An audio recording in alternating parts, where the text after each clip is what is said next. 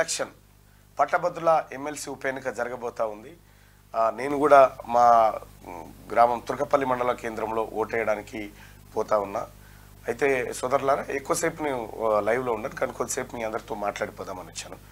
So ఇవాళ జరిగేటువంటి పట్టభద్రుల ఉప ఎన్నిక మీ అందరికీ తెలుసు. కేటీ రామారావు అహంకారానికి, ఇది పట్టభద్రుల ఆత్మగౌరవానికి మధ్య జరుగుతున్నటువంటి ఉప ఎన్నిక. మీరు చూసిరు నిన్న మొన్న ఎంత అహంకారపూరితంగా ఉస్మానియా యూనివర్సిటీలో, కాకతీయ యూనివర్సిటీలో, జేఎన్టీలో, ఓపెన్ యూనివర్సిటీలో చదివిన వాళ్ళంతా పల్లి బఠానీగాళ్ళని చెప్పి ఎంత దిగజారి మాట్లాడుతూ ఉన్నాడో పట్టభద్రులారా మీ అందరికీ తెలిసిందే. ఇవాళ ఉద్యోగస్తుల 317 జీవో తీసుకొచ్చి ఉద్యోగస్తులను చెట్టుకొగరిని పుట్టకొగరిని చేసి వాళ్ళ జీవితాలతో ఆడుకుంటూ ఉన్నారు. ఇదే కేటీ రామారావు వాళ్ళ నాయన, వాళ్ళ భార్య, వాళ్ళ చెల్లె అందరు ఒకటే ఇంట్లో ఉండొచ్చు, ఉద్యోగస్తులు భార్యాభర్తలు మాత్రం ఒక ఇంట్లో ఉండొద్దు. అటువంటి జీవో తీసుకొచ్చినోడు కేసీఆర్, ఈ మంత్రి కేటీ రామారావు గారు. అటువంటి వ్యక్తి. ఆ తర్వాత 46 జీవో తీసుకొచ్చినటువంటి ముఠా ఏదైతే ఉందో అది కేసీఆర్ ముఠానే. ఈ అన్ని అంశాల ద్వారా తెలంగాణ ప్రజల నోట్లో మట్టి కొట్టి, తెలంగాణ ప్రజలను హింసకు గురి చేసి వాళ్ళ కుటుంబం బొక్కసను నింపుకున్నారు. ఇవాళ ఏది ఇంకా కూడా పశ్చాత్తాపం లేదు ఆయనకు, పశ్చాత్తాపం కనిపిస్తలేదు, అహంకారమే ఉంది. ఇంకా అహంకారం అదేం తగ్గట్లేదు. పట్టభద్రులారా ఒకటైతే చెప్తా ఉన్నా, మీ అంతరాత్మ సాక్షిగా Teenmar Mallanna is correct person అని మీ అంతరాత్మకు ఒప్పుకుంటేనే మీరు ఓటేయండి. అది కూడా ఓటు సోదరులారా. తీన్మార్ మల్లన్న ఏ అంశాలు చెప్పిండు, ఎందుకోసం చెప్పిండు, ఈ 10 సంవత్సరాల కాలంలో తీన్మార్ మల్లన్న చేసిన పోరాటం ఏంది మీ కళ్ళ ముందు ఉన్నటువంటి అంశం.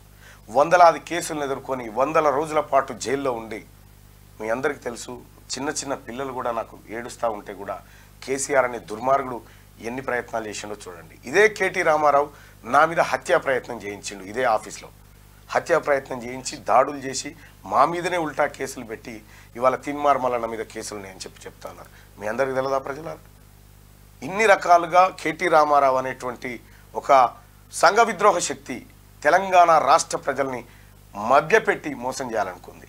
ఇలా నిన్ననే రఘునందన్ రావు గారు చెప్తా ఉన్నారు, 30 కోట్ల రూపాయలు బీఆర్ఎస్ పార్టీ ఖాతా నుంచి ఈ 3 జిల్లాల నాయకులకు వెళ్ళిపోయినాయి. అంటే నువ్వు 500 రూపాయలు 1000 రూపాయలు ఇచ్చి పట్టభద్రుడి ఆత్మగౌరవాన్ని, పల్లి బఠానీగాళ్ళని తిడతావు, పట్టభద్రులని మల్లాలను కొనుక్కుంటుంది పోతావు.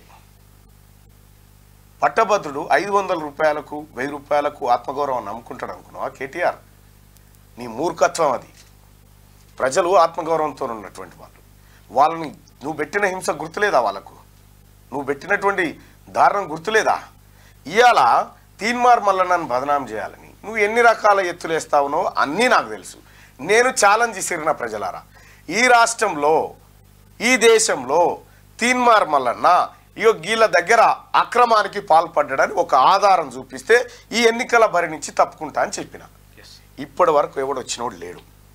కాబట్టి ఈ ఎలక్షన్ అయిపోయిన తర్వాత మనందరి గురించి మాట్లాడుకుందాం, మనందరిని కలుసుకుందాం మనం. కానీ రెండో విషయం ఏంటంటే, ఏమీ దొరకక ఎలక్షన్ ముంగట ఎట్లా చేసి తీన్మార్ మల్లన్నని బదనాం చేయాలనేటువంటి కంకణంతో ఉన్నారు.